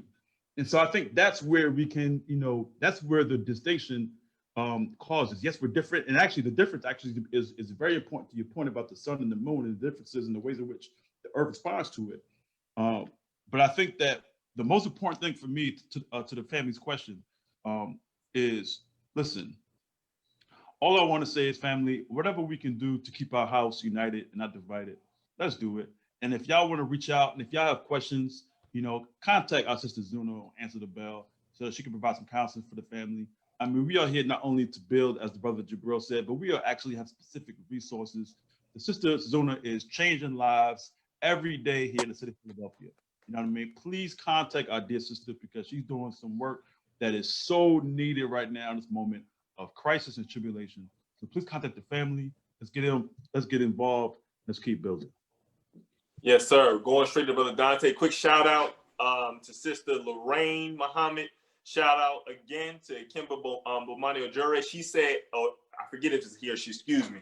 Brother Gabe, you told us that before. I want to make sure I get this right. Kimba, is that a brother or sister? Brother, excuse me. Pardon me on that family. But you said the opposite of me is the devil. That's exactly what we're talking about. Opposite of me, opposite of us is devil. All praise is due to Allah. So thank you so much. Naima Wilson, shout out to you. Thank you for watching us today. Going straight to you, Dante. Yes, sir. I wanted to briefly, when you was mentioning, that the woman is not my opposite, it brought to mind this verse in the Holy Quran. I just wanted to say part of it. It's actually chapter 4, which is entitled "The Woman," and is the first verse.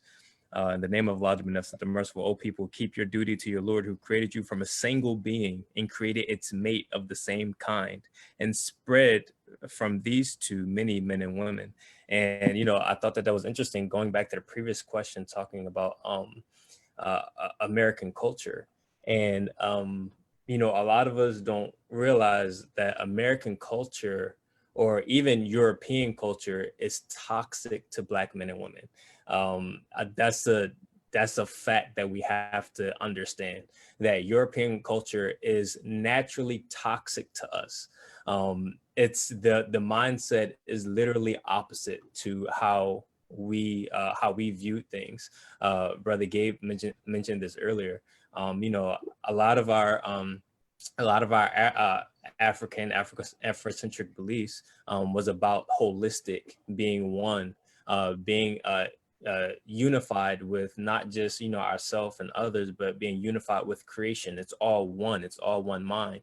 When we talk about the most honorable Elijah Muhammad told us, you know, what Allah means. Allah means all and all, meaning all is of one mind. Go So ahead. when we look at European culture, it's not like that. You see what I'm saying? European culture is, you know, I'm an individual, you know, the animal is different from me. You know, this is different from me. That's why they were paganistic. That's why they believed in so many different gods, because, you know, they had Poseidon being the lord of the water, and then Ares being the lord of war, and all this extra stuff. They didn't see it as all one thought, all one mind, all different expressions of the same thing. But the reason why they thought like that is because they're not original, right? So and when we really understand who he is in his mind, we really start to understand why we have the view that we have. Because like I mentioned earlier, when you are grown in a certain type of environment, in a certain kind of a community, you take on that thought, you take on that color. So if we've been here for 460 some odd years, we're going to take on the color of the man who is ruling. So we're going to think like him. So if we go into his mind and we understand how he thinks and how he sees everything as individual, then we begin to understand why we're thinking like that, because we're under his rule. Come on, Dante. So being separate is not our natural thinking. You know, and understanding that this culture that we're ingrained in, this is why we have to get back to our own self, because this culture that we're in is a toxic culture. And toxic, you know, there's a very simple definition for toxic, and that's poisonous. And poison is something that kills you slowly.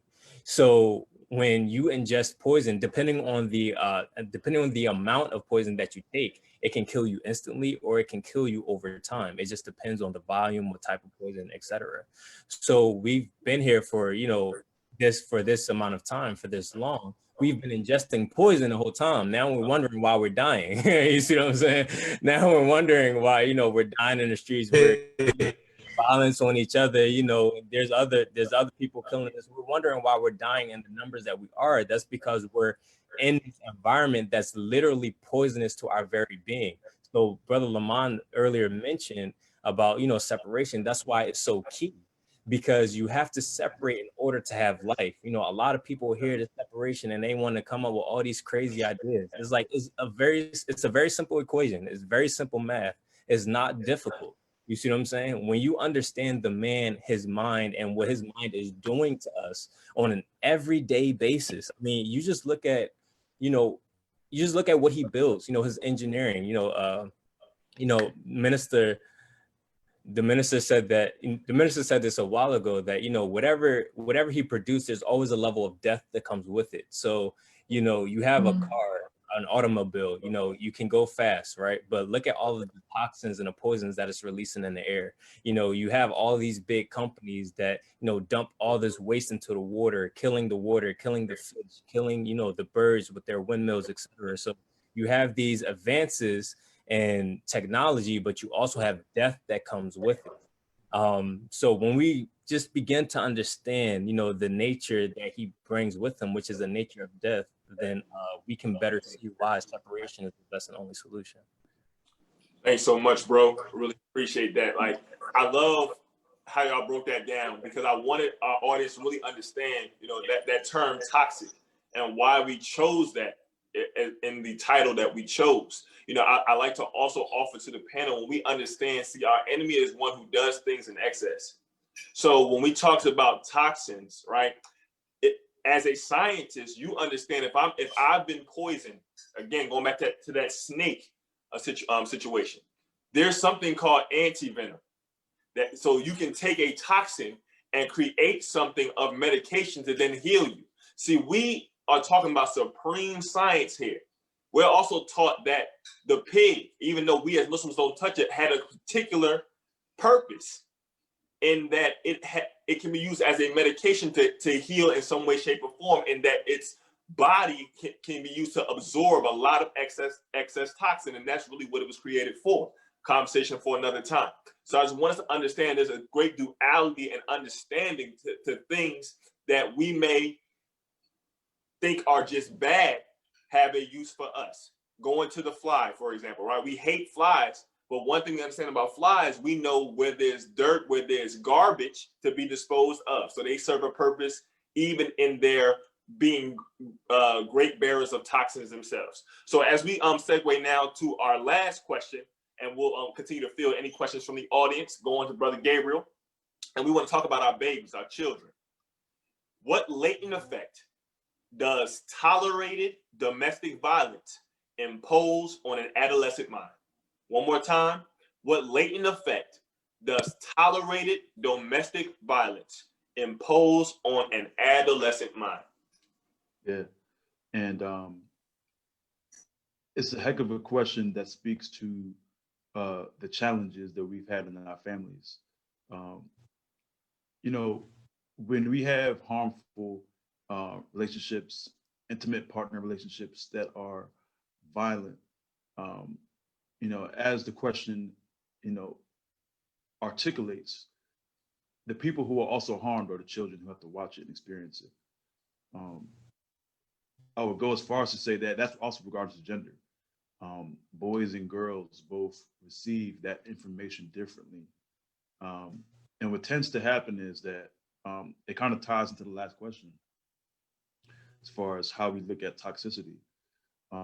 I've had youth that I've worked with as a youth advocate whose parents were in domestic disputes, domestic violence situations, and it really distorted and warped their outlook on love, on personal hope, on relationships. And depending on who was the abuser in the situation, in most cases it is the dad, but in a lot of other cases it is the woman. But regardless of who's doing the abusing, it will literally impact the ways in which that person, as they grow into adolescence, into teenhood, what they have to expect for themselves as far as self-worth, what they hope to get out of a relationship. But ultimately it affects how they'll look at their own, again, space and self-love. Why is that important? It's important because, you know, self-love allows for external love to enter. You know, self-love allows for one to be clear on expectations, to be clear on, you know, where do I want to be, right? When I go to bed at night and I sleep and dream of the, you know, as our dear ancestor John Coltrane said, of a love supreme. You know, we all have a vision of that for ourselves. And when we deal sometimes with our parents and guardians and caregivers who were domestically violent, you know, fights, and yeah, I mean, it's not even always physical, right? I mean, I've had a lot of situations where it was actually mental abuse, all right, which oftentimes can be a lot of times even worse. You know, if you're constantly berated, if you're constantly, you know, put down, if you're constantly not considered, constantly disrespected, constantly made to feel small in a relationship, you know, a child and an adolescent can view that too. It doesn't always have to come with fists and fisticuffs and kicks and the cops being called for those reasons. It's long weeks, months, and sometimes years of, you know, mental abuse. And you will then find yourself entering into a relationship where you think that's normal. I'll just raise Jasmine up again because you raised up, you know, part of this dialogue about the normalization of violence. And I think that what gets normalized is that we don't consider another possibility, that this is probably the only pathway that I have for my existence in this question of love in my life, but even in the love of those around me. So you even, again, perception is reality. You'll believe, well, not only is this going on in my household, it's probably going on in my neighbor's household too. And the one across the street too. It's gotta be, right? Why am I so different? Right. Not knowing that, in fact, you actually might be dealing with a uniquely, horrified and just terrible situation that we got to figure out and work with and work you through and hopefully support you through the trauma that you've experienced. And so that's how I think I'll close with that. The trauma that comes from that, I think, well, I always say trauma impacts our ability to live, love, and learn. And so I think in this conversation, the love piece, the trauma affects the love, being able to receive it properly, but also, as much importantly, being able to give it appropriately. That's where it's been impacted. Thank you so much, Brother Gabe. Before I go to Dante, I just want to lift something you said, and I'm probably paraphrasing, but you said the self-love allows for external love to enter. That is so powerful because, again, going back to self-identity, if my receptacle, if my container is full of trash, full of it, or if it has holes in it, how will I then be able to hold that which someone gives to me? I can't. Simple mathematics, right? So when we talk about this, a culture, if you're as an adolescent growing up in a home, you may experience, this level of violence. I want to kind of give an addendum to the question for Dante. Being as we're both a bit younger and we've experienced this, how important then does the external relationships of aunties, uncles, mentors, big brothers become in these types of situations? Yeah, that's definitely a good question. I don't know where to start. Well, if you ask any gardener if they talk to their plants, most likely they'll tell you, yeah. And if you ask that person who's gardening, well, what type of words do you give to your plants? They're always kind words. There's words that stimulate the growth of said thing because plants are living beings just like us. They just have a different form. And when you give something that is growing, that has life, when you give them positive words, positive affirmations, it lets them grow a lot more. Now, human beings are a little bit different because sometimes in order for us to grow, we need to have that slight chastisement of the word, and then sometimes followed up with something, better. We see this in the examples of the Gospels, where Jesus was sometimes chastise his disciples a little bit about certain things that they would do and give them a higher understanding of why they should change their way, why they should do something differently, in terms of helping them grow into what they eventually became as apostles. So when we talk about, you talked about things being done in excess a little bit, Jabril, and this culture that we have been displaced into is a culture of excessiveness, right? A lot of people, we excessively party, we excessively drink, we excessively do this, we excessively do that, to the point to where we kill ourselves through excessiveness. There's no limits. The Quran constantly says, and these are the limits, don't exceed the limits. Come on. We constantly do that. So when it comes to our households, I remember watching the video on Facebook where I guess the little brother, he must have stole something from the brother's shop, and the brother was just like, he was beating him with the belt or whatever. And a lot of people were commenting like, oh, well, do you think that this is okay? Or do you think that it's not? And people had like their different views or whatever. And the way I viewed it was that there's absolutely nothing wrong with discipline. Discipline is absolutely okay. I think you're supposed to discipline your children.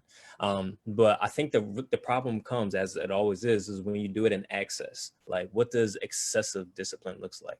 What does excessive what does excessive like chastisement verbally look like? When does it go from, I'm just trying to have this person or this child develop to verbal abuse? Like, what's that line? Like, and how do you determine that line?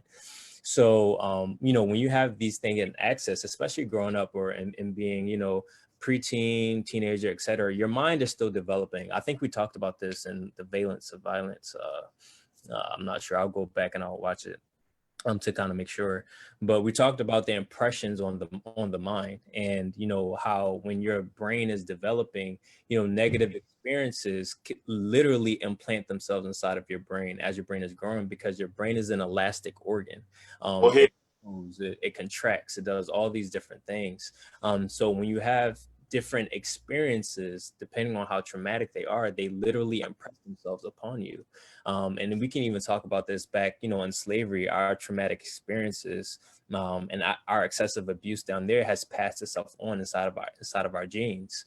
So even now today, inside of our family units, we have a lot of parents or a lot of guardians using such excessive discipline as our slave masters would use excessive discipline to instill fear in us, to get us to do what they wanted us to do. So that's definitely a factor. And then I think a part of your question was, how does it relates to our kind of relationships with like mentors, et cetera? For me, I would just kind of speak from personal experience. So for me, like I've had many mentors like in my life so far, as well as, peers and stuff like that. And even I have to, when we're dealing with, different people and relations, we have to understand that everyone is different, right?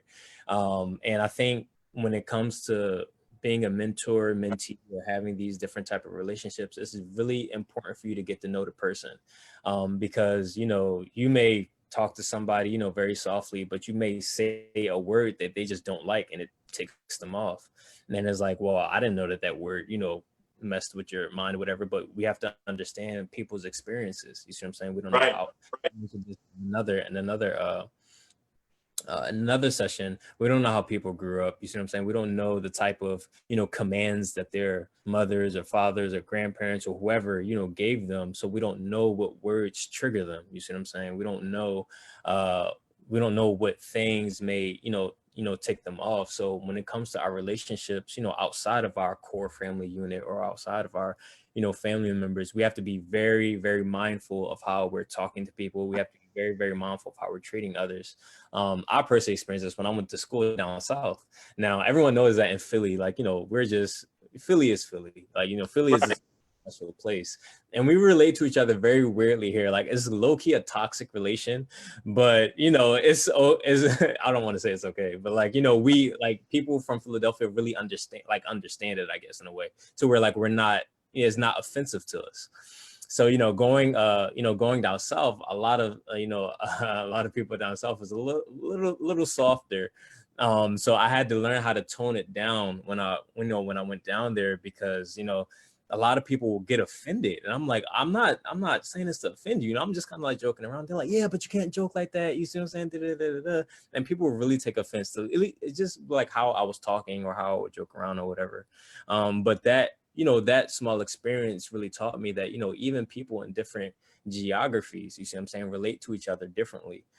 So when you're displaced and when you go to another area, you have to be cognizant and mindful, how people are treating one another. I remember sometimes I would catch the bus to school, and, getting on the public transportation, people would get on like, hey, good morning, how you doing? And it was just this big conversation. I'm like, y'all don't know each other. Like, how are y'all like conversing? Like, I know each other from day one. But it was just like, that was just a culture thing for me that I didn't really experience, because you get on SEPTA here in Philly, you're not talking to nobody. You see what I'm saying? You sit by yourself or, or whatever. So, it sometimes it goes a little bit beyond our home life. It can stem into community. It can extend into, how you treat your friends at school, etc. And even your geography. So I think all of that really just kind of plays a part. But when we're really just talking about, toxicity and excessiveness in terms of discipline, where it goes into abuse. I think that that's something that really needs to be talked about, because we only get excessive because of the emotion part of it, right? So if I'm, chastising a child because I'm angry, you see what I'm saying? That chastisement may go from, chastisement for you to know that you're wrong into abuse, because now I'm putting my emotion into it. You see what I'm saying? Now I'm taking the anger that I'm feeling and I'm, maybe physically, doing it, or I may be verbally doing it because I'm angry. There's a saying that like, words said in anger, you really pretty much can't take back, and that hurts. So when we're in relationships, as adults, we're taught to, be mindful of your emotions, or if you're angry, don't say anything, step back, calm down, and then go back and approach the situation so that you won't say anything that will, harm the person verbally. I think we should also employ that inside of our homes. If you're angry, you probably shouldn't talk to your child while you're angry. Like, you see what I'm saying? Because that chastisement can go from just, a chastisement to verbal abuse, and you don't know how that may affect the child as they get older. So that's just kind of my thoughts on the situation. Thank you so much, Dante. I actually, as we approach the end of our session, family, these last 10 minutes, I wanted to make sure that all of the panelists actually got a chance to tap in on this. So I want to go Sister Jasmine, Brother Lamont, and then end with Queen Zuna. So if y'all have any points, please, on this effect on adolescents for tolerated domestic violence, and anything on the subsequent point as well, please elaborate as we close our session. Yes, sir. Could you repeat that point? Not the point, but you kind of changed the question a bit, and you had added in Yes. aunties, or what was that part? So the addendum to that question was, being that some of our young people exist or live in environments where they're experiencing or they're tolerating long-term, domestic violence or abuse, or just being present in earshot of it occurring.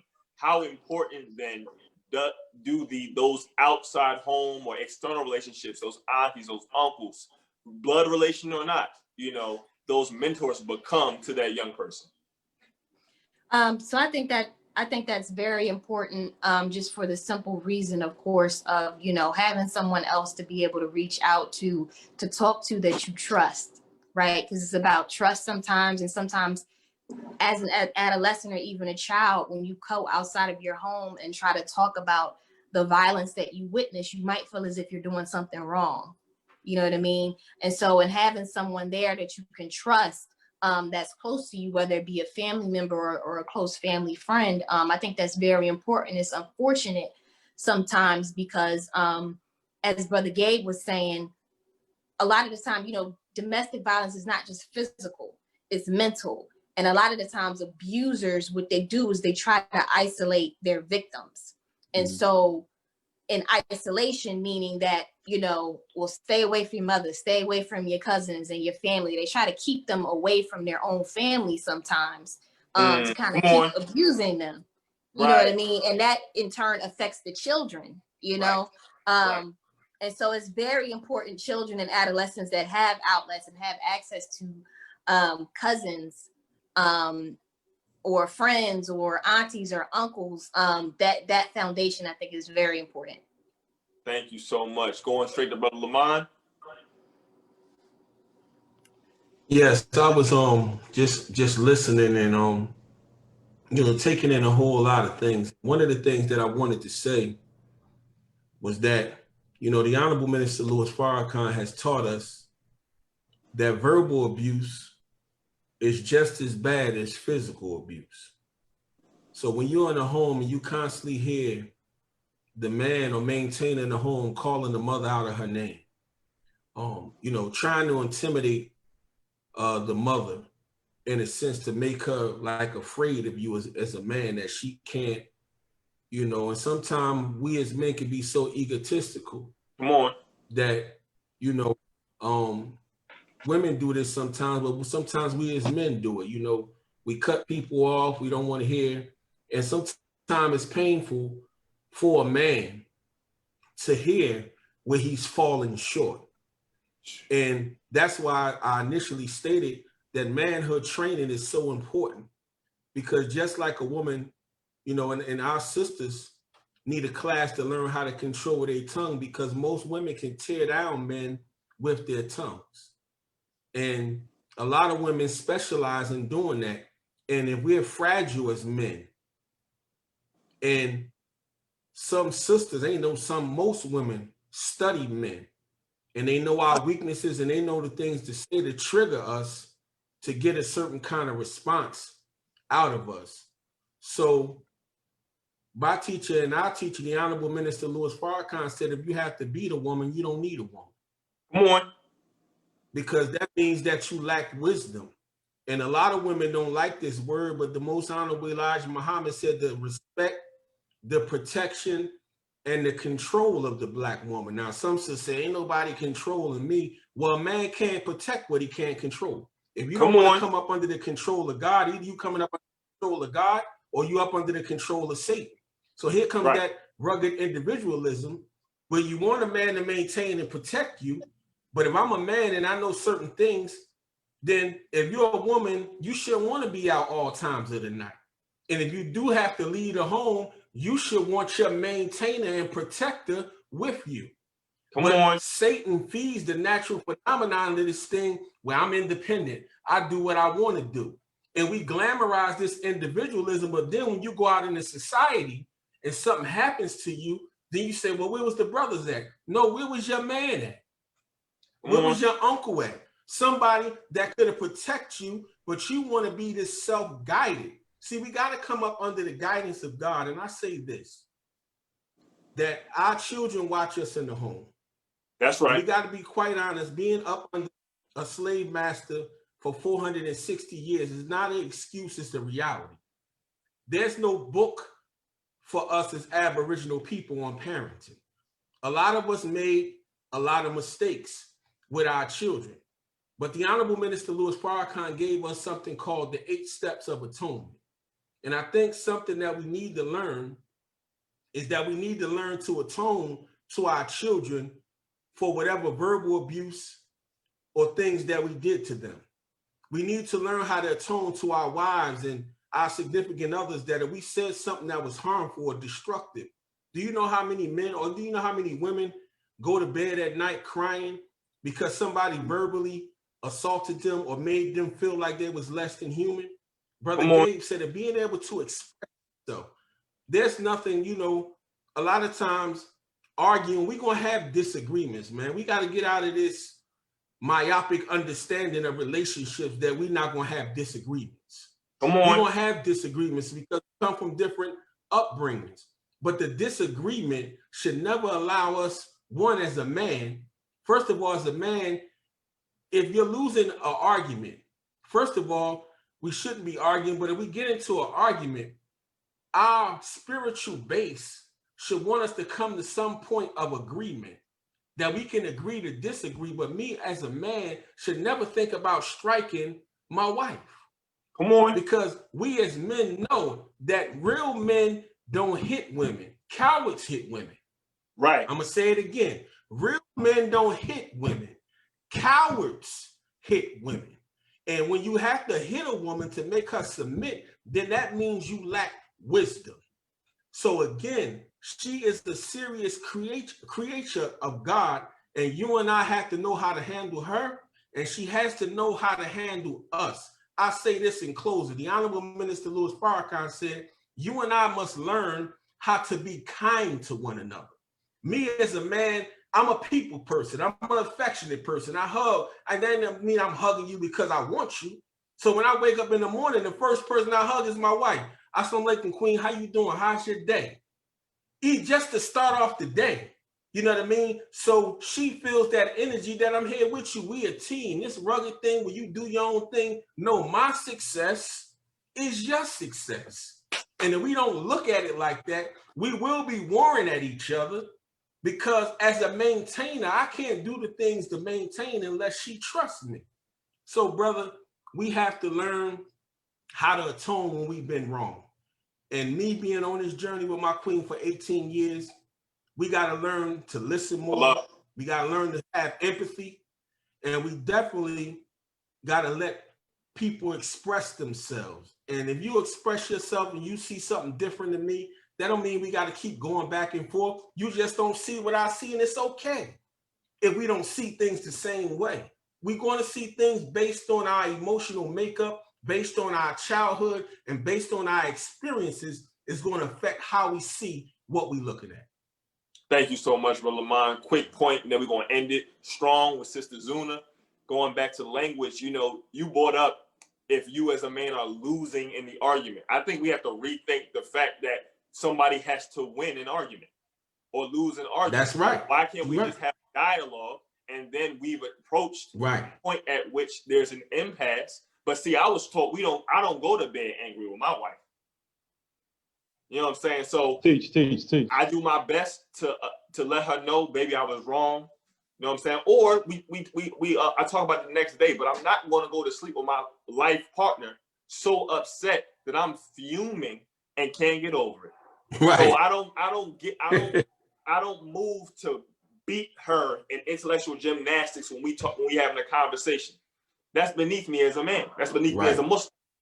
You know, so that's just my last point. Sister Zuna, take us home. Thank you, audience, so much. Sister Zuna, you have the floor.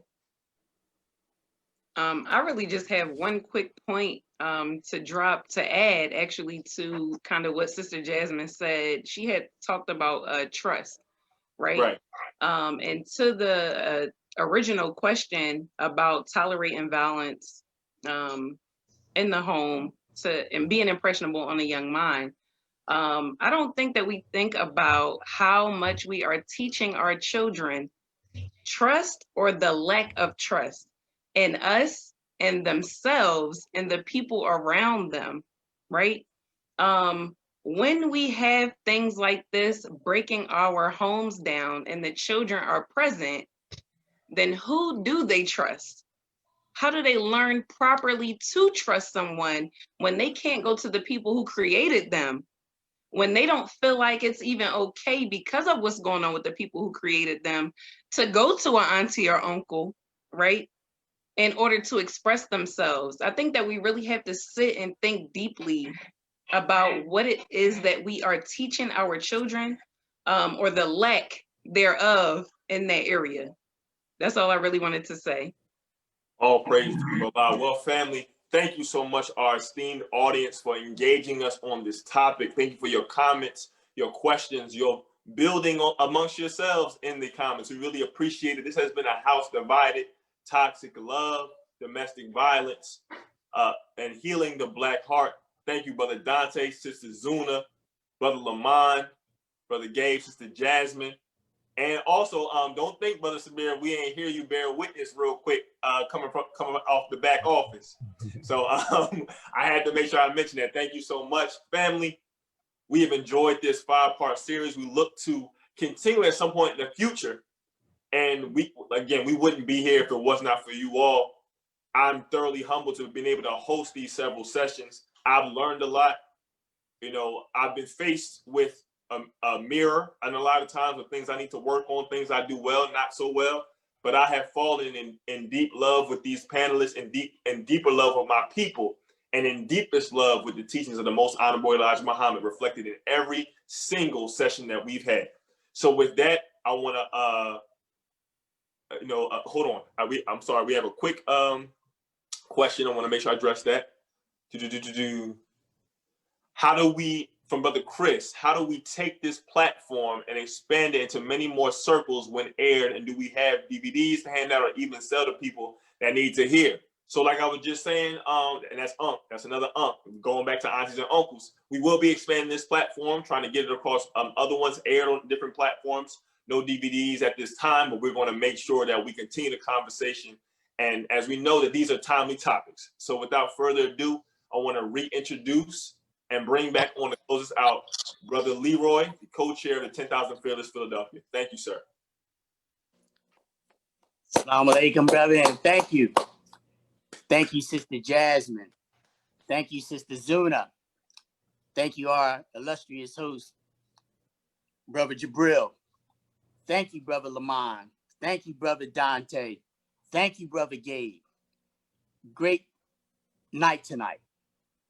I was really affected tonight, and I think there's a certain energy that's coming out of this city of Philadelphia. Brother Gabe hit on it. I really felt the passion in his speech. And that is that I remember when 9/11 took place. The whole nation watched this thing as it unfolded and as it went on into weeks. But I had to think tonight that the people of New York were affected in a different type of way than any other people in the world because they were right there. We're at ground zero right now with a lot of issues in Philadelphia. There's a certain energy that I felt coming out of you, the passion as a result of this environment that we're in. The atmosphere is so heavy right now. And I heard it coming out of each and every one of you tonight.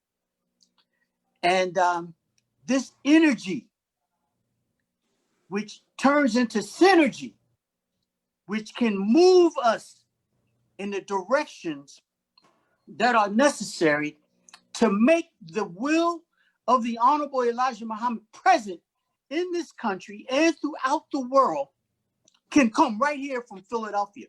There are things that are happening right now in Philadelphia in its 12 letters that are touching every aspect or fabric of life right now. And you all reflected in it in a way or another. Sister Jasmine, Sister Zuna, coming from a female perspective. I had an opportunity to speak to the son of to the mother of Brother Wallace the other night. Just for a moment.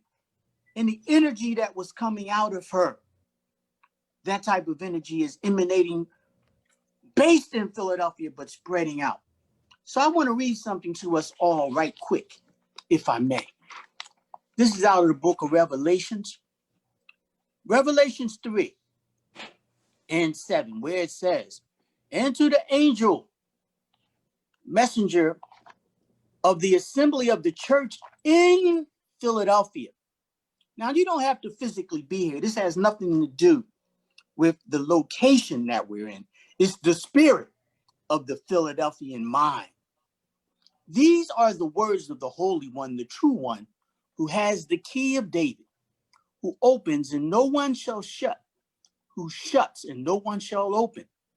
I know your record of works and what you are doing, panelists. See, I have set before you a door wide open, which no one is able to shut, brother and sister panelists. I know that you have little power, and yet you have kept my word and guarded my message and have not renounced or denied my name. Take note, I will make those of the synagogue of Satan who say they are Jews and are not but lie.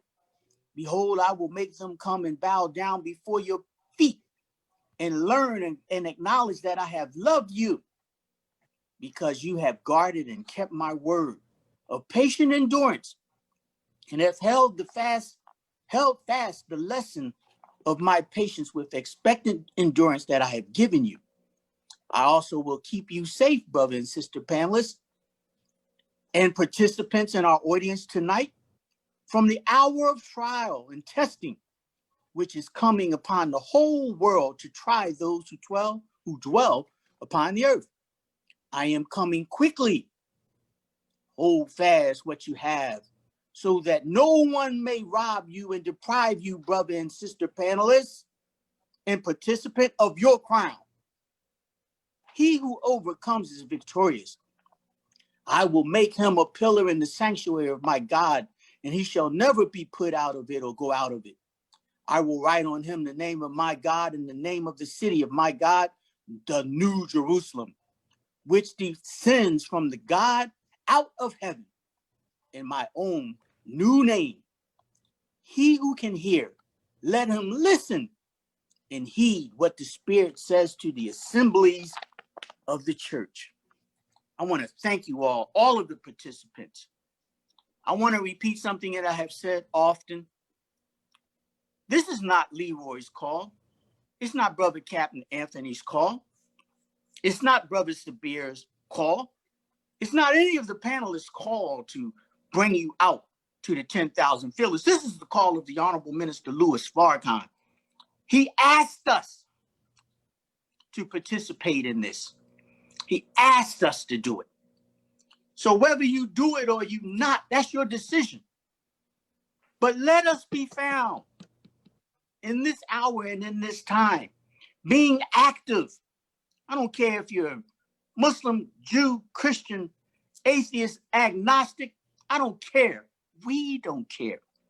But what we do care about is the directive of helping our people with the message that we have been infused with. So once again, I thank you all, particularly our panelists, over this 5 weeks. We've had some very touchy subjects. I would hope that anyone that is viewing tonight would go back to take a look again at what has already been presented. And this won't be the end of what you hear coming from us. Trust me, it won't be the end of what it is that we're doing. So I want to bring forth, if Brother Sabir, or I like to call him the man that's in the van in the back, working things and making things happen from behind the curtain as well. Brother Sabir, are you there? Can you just show the folks your face for one moment? Yes, sir. All right. Thank you, brother. This would not be possible, trust me, if it was not for the diligence that he does behind the scenes. Thanks. If Brother Anthony is there, Brother Captain Anthony, the regional captain of the DVR, if he is there, this would not be possible if it was not for his efforts. Brother Anthony, are you there? All right, well, I'm not seeing him from this side. Did he show up? I don't think I'm here, Brother Leroy. Okay. Well, let it be known that he plays an instrumental part in this as well. Absolutely. So once again, from the family staff of the 10,000 Fearless, and all of you that are part of our listening audience, stay tuned. Let's stay abreast of what's going on before us being aware of the time and what must be done. And I go leaving you tonight as I came before you with the holy greetings